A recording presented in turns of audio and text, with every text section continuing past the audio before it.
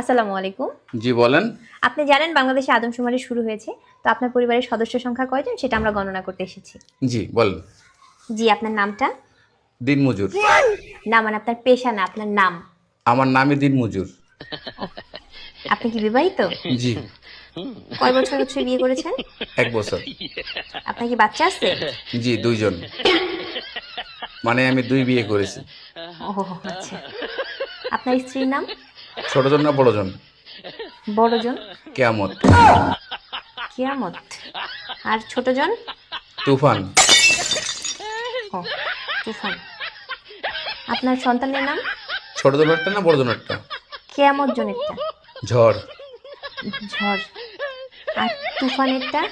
Cedar. Cedar.